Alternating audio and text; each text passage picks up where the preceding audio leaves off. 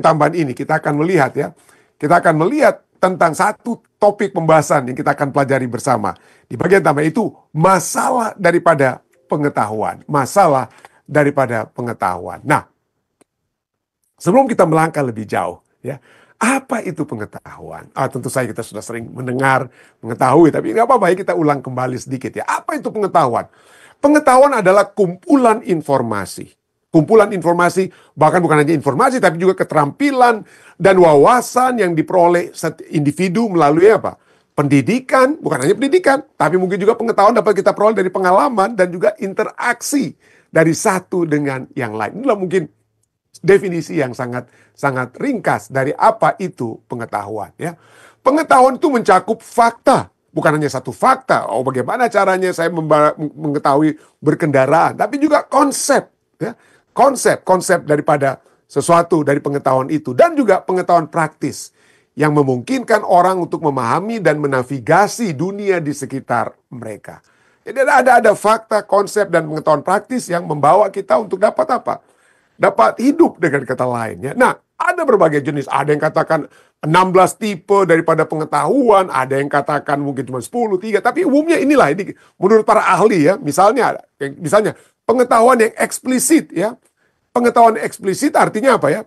Itu sudah pengetahuan yang mudah untuk dinyatakan, sudah tertulis, diartikulasikan, ditulis, dikodifikasi, ada kodenya ya, pengetahuan yang dapat dibagikan ya, yang dapat dengan mudah disebarkan antara orang melalui bahasa, dokumen ya, dokumen yang kita kirim satu dengan lain atau cara formal lainnya. Jadi itu misalnya buku-buku itu pengetahuan yang sudah apa? Yang sudah eksplisit, sudah tertulis ya. Yang sudah dapat disebarluaskan. Lalu berikutnya adalah pengetahuan implisit. Nah, ini artinya apa ya? Ini pengetahuan yang belum terlalu ditulis ya, tapi sudah diketahui ya. Saya nggak perlu tulis lagi. Oh, kalau saya bawa kendaraan ini, wah saya harus tulis. Oh, ini saya harus buat lagi ya. Tapi tidak ya. Ada bukan hanya untuk berkendaraan, mungkin ada juga sudah ada manualnya, sudah ditulis. Tapi ada yang tidak ditulis, yang kita sudah bisa apa?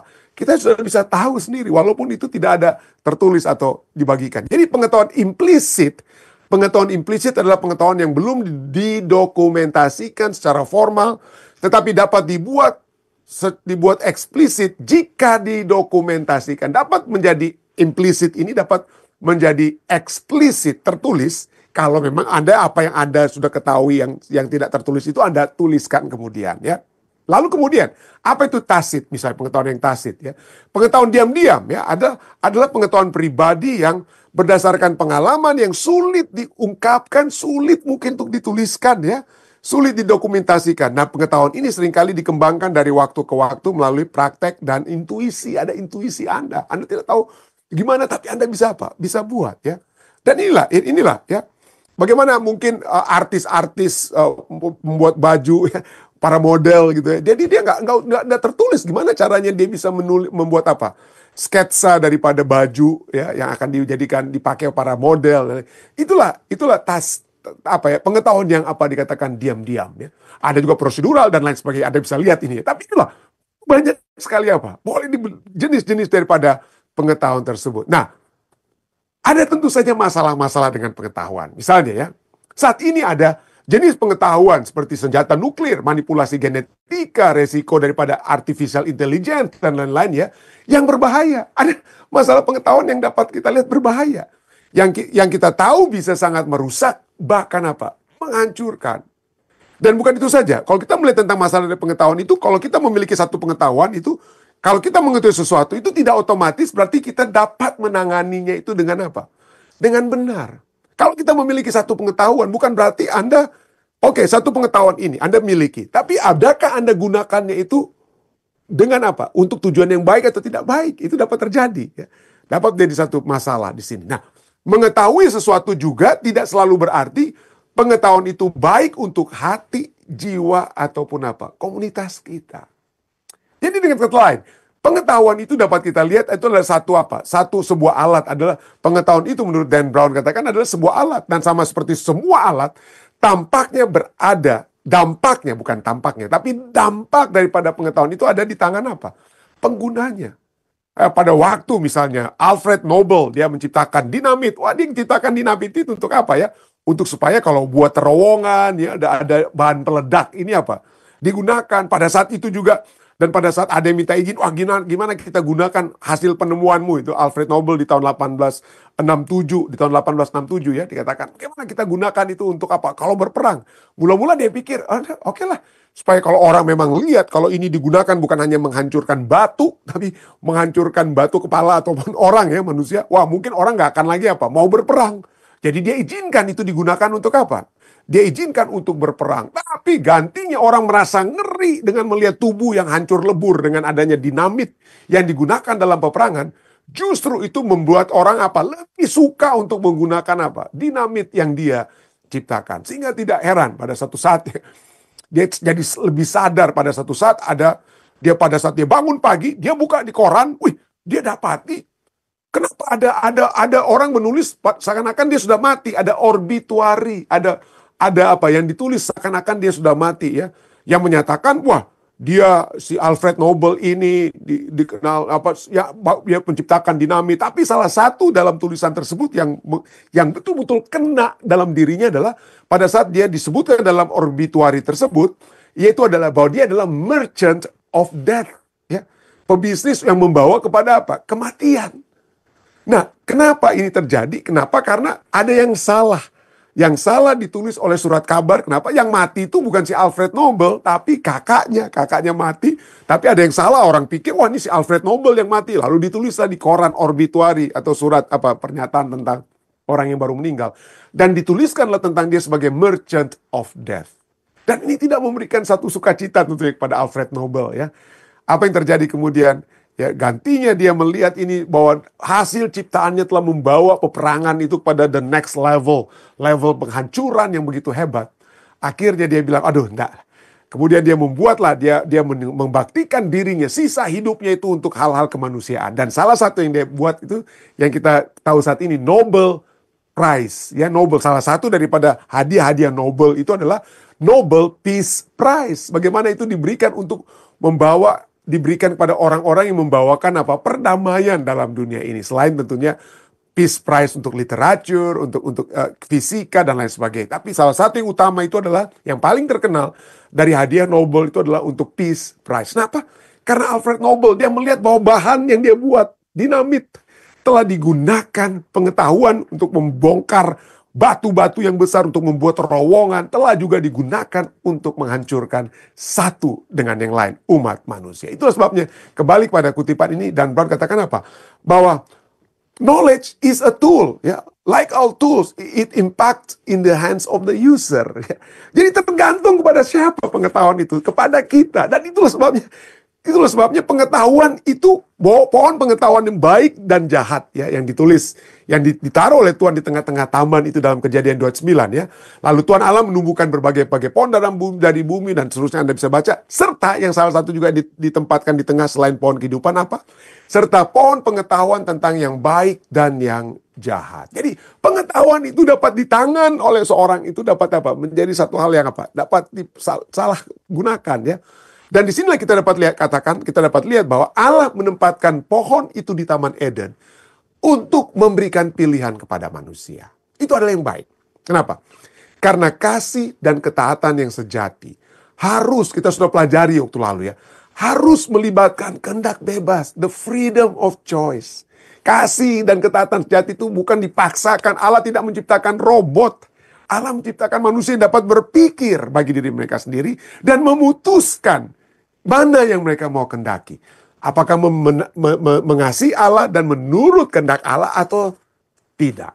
Itulah sebabnya pilihan harus diberikan. Ya. Pilihan harus diberikan. Jika Adam dan Hawa tidak memiliki pilihan selain harus taat secara membabi buta, maka ketaatan mereka itu tidak akan bermakna. Jadi itulah, ditempatkanlah pohon itu. Pohon itu sendiri bukanlah sesuatu yang jahat. Pohon itu bukan sesuatu yang jahat ya. Yang menjadi salah adalah tindakan ketaatan.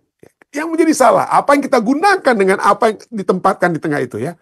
Mengambil sesuatu yang telah dilarang. Pertama-tama larangan Allah, jangan makan buahnya ya. Mengambil sesuatu yang telah dilarang, mencoba untuk mendefinisikan yang baik dan yang jahat menurut pengertian sendiri, bukan mempercayai Allah, itu yang salah. Bukan bukan pohonnya ya. Jadi masalah dari pohon pengetahuan baik dan jahat itu bukan di buahnya itu racun atau buahnya itu memberikan apa? Pengetahuan, bukan. Ya. Bukan penurutan atau ketidakpenurutan itu yang menjadi apa? Menjadi masalah ya. Bukan buahnya itu ada sesuatu yang hebat dalam buah itu sendiri. Waktu Hawa makan aja kan nggak apa-apa dia. Enak sekali nih buahnya. Dia berikan juga kepada siapa? Kepada si Adam. Jadi masalahnya itu bukan di pohon. Ya. Sekali lagi masalahnya bukan dengan pohon tersebut. Tapi kepercayaan, faith. Dan ketaatan atau obedience, penurutan kepada Tuhan. Manusia yang dapat menentukan bagi diri mereka sendiri. Jadi dengan kata lain, bukan pengetahuannya yang salah. Tapi keinginan untuk mandiri dari Allah melalui pengetahuan tersebut. Itu yang salah. Itu ya. Allah kan selama tadi kutipan kita, selama manusia di Taman Eden, dia diberikan terus pengetahuan kan oleh Allah. Allah sendiri, malaikat-malaikat juga memberikan pengetahuan kepada mereka. Banyak pengetahuan yang diberikan kepada mereka. Tapi bagaimana? Pada saat mereka menjadi tidak menurut, tidak taat, disitulah kejahatan itu apa? Muncul. Jadi inilah poinnya ya. Bahwa pengetahuan tanpa kepercayaan hanya membawa kepada kehancuran. Kita memiliki pengetahuan tapi tidak memiliki iman kepada Tuhan, maka itu hanya membawa kepada apa? Kehancuran. Ya. Takut akan Allah, menghormati Allah adalah permulaan apa? Hikmat, permulaan pengetahuan. Itu kalau kita memiliki Allah, takut akan Allah. Jadi pengetahuan dengan kepercayaan itu yang membawa kepada kehidupan. Itu yang membawa kepada kehidupan. Kita tidak bisa dalam kehidupan dunia saat ini ya. Kita dalam kehidupan dunia ini tidak bisa mengetahui segala sesuatu. Tetapi Allah dalam kasih-Nya telah memberikan kepada kita pengetahuan terpenting. Pengetahuan yang terpenting apa itu? Melalui firman-Nya. Yaitu pengetahuan tentang rencana keselamatan Allah. Itu yang Dia berikan. Di dalam firman Tuhan, di dalam Alkitab, kita bisa mengetahui apa yang telah terjadi manusia yang telah jatuh dalam dosa.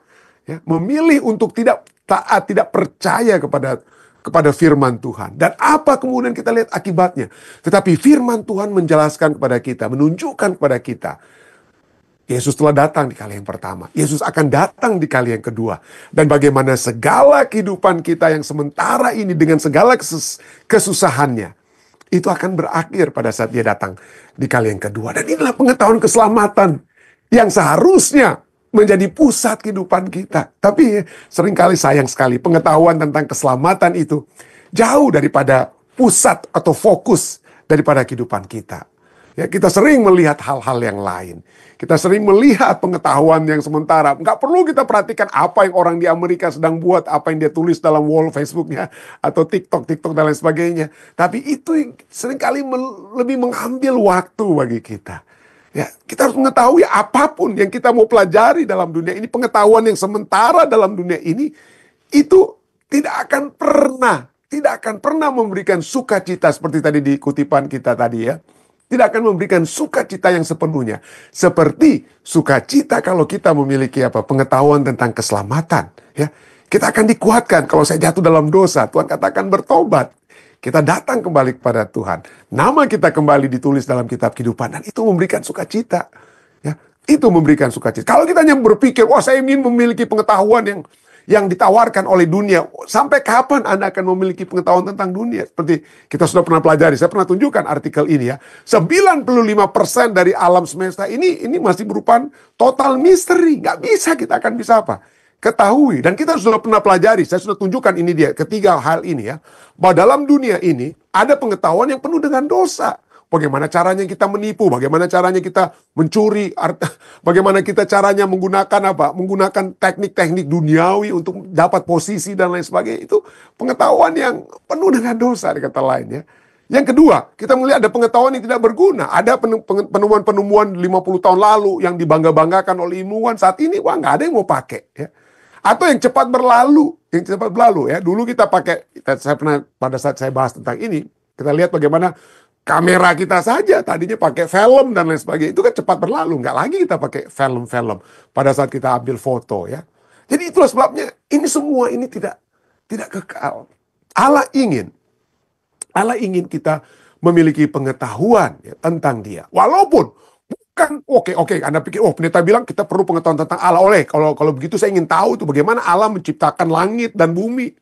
Ya, kalau Allah mau jelaskan semua itu, maka poin utama yang dia tahu diperlukan oleh kita saat ini bukan pengetahuan tentang mekanisme dia menciptakan alam semesta ini, tapi bagaimana mekanisme supaya saudara dan saya dapat masuk ke dalam kerajaan surga pada saat kita menerima Yesus Kristus dan kasih karunia-Nya, ya, yang sudah mati bagi kita dan kemudian hidup dalam kasih karunia tersebut sehingga kita masuk dalam kerajaan surga, hingga nanti kita akan mengetahui segala sesuatu yang kita ingin ketahui. Kita memiliki kekekalan, saudara. Zaman kekekalan untuk mengetahui segala sesuatu, pertanyaan-pertanyaan. Kenapa ini, kenapa itu, bagaimana ini, bagaimana itu, ya. Allah ingin pengetahuan yang utama kita miliki adalah pengetahuan tentang rencana keselamatannya. Dia ingin saudara dan saya selamat. Karena kalau kita selamat melalui kasih karunia Tuhan, masuk dalam kerajaan surga, semua pengetahuan yang kita pikir kita ingin ketahui sekarang, kita akan pelajari di zaman kekekalan. Banyak sekali. Itulah sebabnya Pengkhotbah 11 ayat 5 katakan apa? Sebagaimana engkau tidak mengetahui jalan angin dan tulang-tulang dalam rahim seorang perempuan yang mengandung, Anda tidak tahu. Demikian juga engkau tidak mengetahui. Kita tidak akan mengetahui, Pengkhotbah 11 ayat 5 katakan apa? Kita tidak akan mengetahui pekerjaan Allah yang melakukan segala sesuatu. Ya. Yang melakukan segala sesuatu. Kita tidak bisa mengetahui semua. Ya. Begitu besar. Tapi tentang rencana keselamatannya yang diperlukan. Yang diperlukan bagi keselamatan kita, Allah telah nyatakan. Itulah sebabnya dalam Ulangan 29. Ulangan 29 ayat 29 katakan, hal-hal yang tersembunyi ialah bagi Tuhan, untuk Tuhan Allah kita, ya. Tetapi hal-hal yang dinyatakan, itu ada yang dinyatakan. Artinya apa? Firman Tuhan yang dinyatakan. Rencana-rencana keselamatan itu yang dinyatakan, ya. Ialah bagi kita. Itulah untuk jadi apa? Bagi kita, bagi anak-anak kita sampai selama-lamanya. Supaya kita melakukan segala perkataan yang dari firman Tuhan tersebut. Dari perkataan hukum Taurat ini. Itulah yang sudah dinyatakan, itu saja yang menjadi apa? Itu saja yang menjadi fokus kita. Jangan yang tidak dinyatakan. Banyak kan orang yang aneh-aneh kalau bertanya. Di zaman, saya pernah katakan, ya, pengetahuan yang nggak ada gunanya, ya. Orang-orang zaman pertengahan bertanya, oh pendeta, kalau mereka bertanya, para pemikir-pemikir agama saat itu, ya, main-main di atas peniti itu, di atas puncak peniti ada berapa malaikat tuh yang bisa berdansa-dansi di situ, ya. Itu kan pengetahuan-pengetahuan yang apakah memang perlu untuk kita tanyakan dengan kata lain, ya. Pernyataan-pernyataan seperti itu. Jadi apa yang dinyatakan itu yang terpenting. Apa yang dinyatakan itulah yang harus kita menjadi fokus bagi kita. Untuk apa dikatakan? Untuk kita lakukan. Untuk kita lakukan. Jadi pengetahuan itu ujungnya harus sesuatu yang dapat apa? Kita praktekkan. Nah, tidak heran. Pengetahuan yang sejati menurut para ahli sekalipun, ya. Pengetahuan yang sejati itu melalui sesuatu yang kita ketahui. Anda mengetahui sesuatu. Anda mengetahui dan pengetahuan itu membawa Anda untuk bertindak. Kita lakukan. Tapi jadi melakukan, kita harus melakukan. Tapi setelah kita bisa melakukan hal tersebut, maka itu harus apa? Kita bagikan. Kita harus dapat apa? Bagikan. Jadi pengetahuan tentang nubuatan, kita akan mempelajari tentang bangsa-bangsa. Pengetahuan tentang apa yang tertulis dalam Daniel pasal 2, dalam Daniel pasal 7. Itu pengetahuan itu kita akan apa? Kita akan lihat dan kita dapat lakukan dalam arti kita apa? Memiliki satu keyakinan tentang apa yang Allah ingin terjadi dalam dunia ini. Dan kita akan apa? Selalu apa? Bersiap-siap. Seperti Daniel dan sahabat-sahabatnya. Apa yang mereka lakukan dengan pengetahuan-pengetahuan tersebut. Mereka memuji Tuhan. Mereka apa? Terus memiliki kekuatan iman dalam Tuhan. Dan bukan itu saja. Mereka bagikan. Mereka bagikan. Nah, untuk itulah mari kita lihat bahwa Amsal 22 ayat 17 sampai 18 dan kita nanti akan baca sampai ayat 21 ini penting sekali untuk membawa kita mengetahui tentang apa itu pengetahuan yang sejati. Jadi berdasarkan apa? Bahwa pengetahuan sejati itu adalah sesuatu yang kita ketahui, sesuatu yang kita dapat lakukan, bukan hanya untuk orang lain lakukan, kita sendiri harus lakukan firman Tuhan tersebut. Lalu kita harus juga apa? Bagikan. Ya, kita bagikan. Mari kita lihat Amsal 22 ayat 17 sampai dengan 21, tapi mari kita lihat dulu ayatnya yang ke-17 dan 18. Pasanglah telingamu dan dengarkanlah amsal-amsal orang bijak. Dengarkanlah perkataan-perkataan pengetahuan, dengan kata lain itulah arti amsal, ya. Arti amsal adalah pasanglah telingamu dan dengarkanlah pengetahuan orang bijak. Berilah perhatian kepada pengetahuanku, pengetahuan Allah. Oke? Karena menyimpannya dalam hati akan menyenangkan bagimu. Kita memahami firman Tuhan itu akan memberikan apa? Sukacita. Membantu kita ya. Memberikan apa? Karena menyimpannya dalam hati akan menyenangkan bagimu bila semuanya itu tersedia pada bibirmu. Terjemahan bahasa Indonesia itu yang sudah pemahamannya ya. Tapi arti, kalau Anda lihat arti literal dari dalam hati adalah karena menyimpannya dalam, bukan hati. Kalau artinya dalam bahasa Ibraninya, kita simpan dalam apa? Perut kita. Kenapa dalam perut? Karena seperti makanan. Makan kita masuk dalam mulut, kemudian apa? Ada enzim-enzim diolah, dikunyah. Kita kunyah dengan gigi kita dan lain sebagainya. Lalu masuk dan diolah sampai dia tiba di mana? Di perut. Artinya pengetahuan Tuhan itu harus dapat kita apa? Nikmati, dikunyah, ya, diolah sampai kemudian muncul dalam apa? Tiba dalam apa? Dalam perut itu ya. Dan itu kalau kita olah sedemikian rupa dikatakan apa? Itu akan menyenangkan bagimu bila semuanya itu tersedia pada bibirmu. Apa yang akan terjadi? Ya. Apa tujuan? Apa tujuan kalau kita memiliki pengetahuan akan Tuhan ini? Yang kekal. Yang tujuannya itu adalah untuk kehidupan kekal. Ya, ada beberapa poin. 3 poin. Ya. Pengetahuan yang sejati itu akan membawa kita untuk apa? Memiliki iman. Ya. Pengetahuan akan Tuhan itu membawa kita memiliki iman. Amsal 22 ayat 19. Kelanjutannya, tadi kita sudah baca sampai ayat 18 ya. Ayat 19 katakan apa? Supaya engkau menaruh kepercayaanmu kepada Tuhan. Itu penting ya. Kita memiliki pengetahuan Alkitab bukan supaya kita menjadi lebih jago dari satu dengan yang lain. Ya, bukan seperti dapat kita mencari hal-hal yang salah dari firman Tuhan. Tapi saat kita memiliki pengetahuan akan Tuhan yang diperlukan untuk keselamatan kita, maka tujuannya adalah bukan supaya kita jor-joran, jago-jagoan, bisa berdebat kiri dan kanan, tetapi supaya kita menaruh kepercayaan, iman kepada siapa? Kepada Tuhan. Ya. Supaya engkau menaruh kepercayaanmu kepada Tuhan, aku mengajarkannya kepadamu sekarang. Ya, kepadamu. Amsal 22:9. Artinya, sasaran pertama dari pengajaran pengetahuan atau hikmat bukanlah hikmat itu sendiri. Amsal tidak bertujuan untuk menjadikan umat Tuhan lebih cerdas dan lebih terampil, bukan. Sasaran seorang guru atau firman Tuhan ini ya, di Amsal ini ya, adalah untuk memperkuat kepercayaan mereka yang menjadi pelajar. Para murid memiliki kepercayaan yang lebih kuat kepada Allah. Itu poin pertama. Iman. Yang kedua, keyakinan, conviction ya. Iman ya, kita memiliki iman lalu keyakinan bahwa apa yang kita pelajari tersebut ada yang dapat selalu kita lakukan. Keyakinan itu akan menuntun kepada tindakan. Setiap iman keyakinan itu kita diyakini oleh sesuatu, maka kita akan bertindak oleh sesuatu yang kita yakini ya. Amsal 22:1 lanjutnya katakan apa? Untuk mengajarkan kepadamu apa yang benar dan sungguh. Kalau kita meyakini sesuatu, meyakini apa yang benar dan sungguh-sungguh, maka kita akan apa? Kita akan apa? Bertindak. Kita akan bertindak. Jadi umat Tuhan harus tahu mengapa pengetahuan atau firman kebenaran itu adalah satu hal yang pasti, yang diyakini.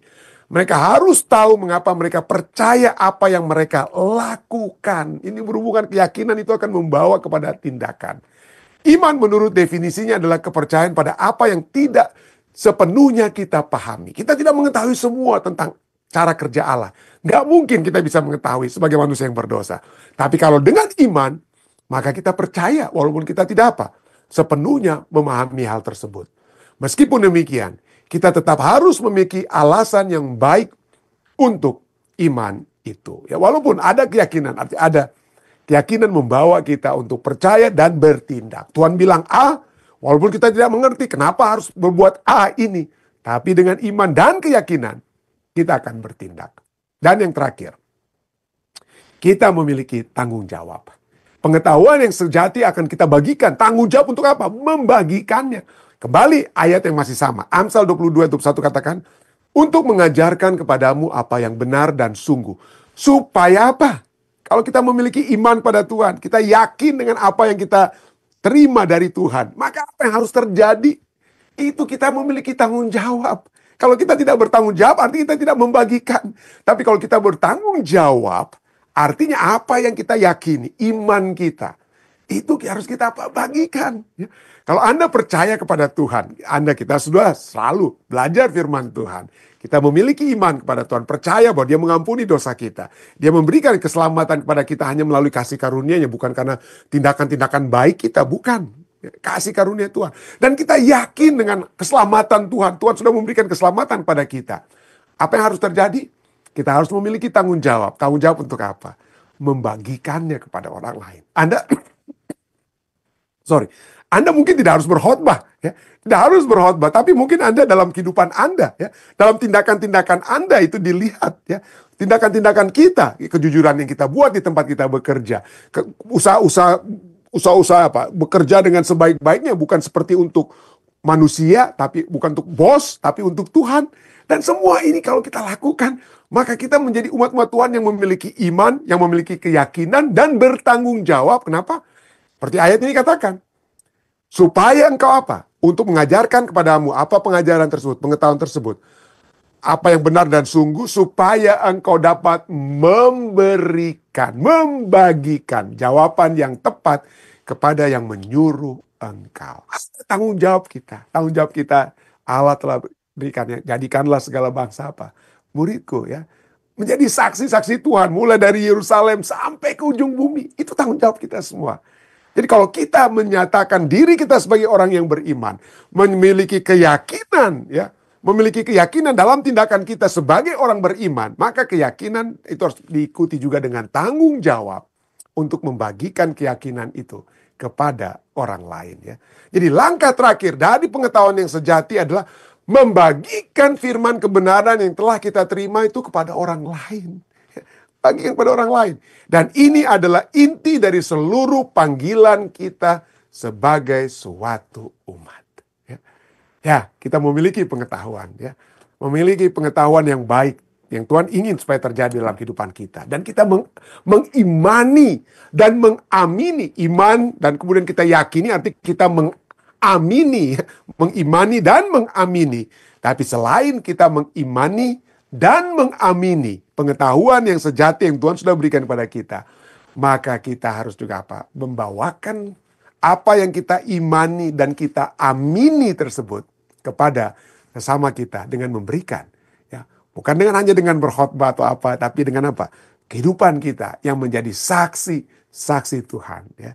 Dan juga apa? Memberikan satu tanda bahwa kita memiliki tanggung jawab sebagai umat-umat Tuhan yang sesungguhnya. Kiranya ini dapat jadi satu perenungan bagi kita semua, ya. Saya bawa ini dalam nama Yesus. Amin.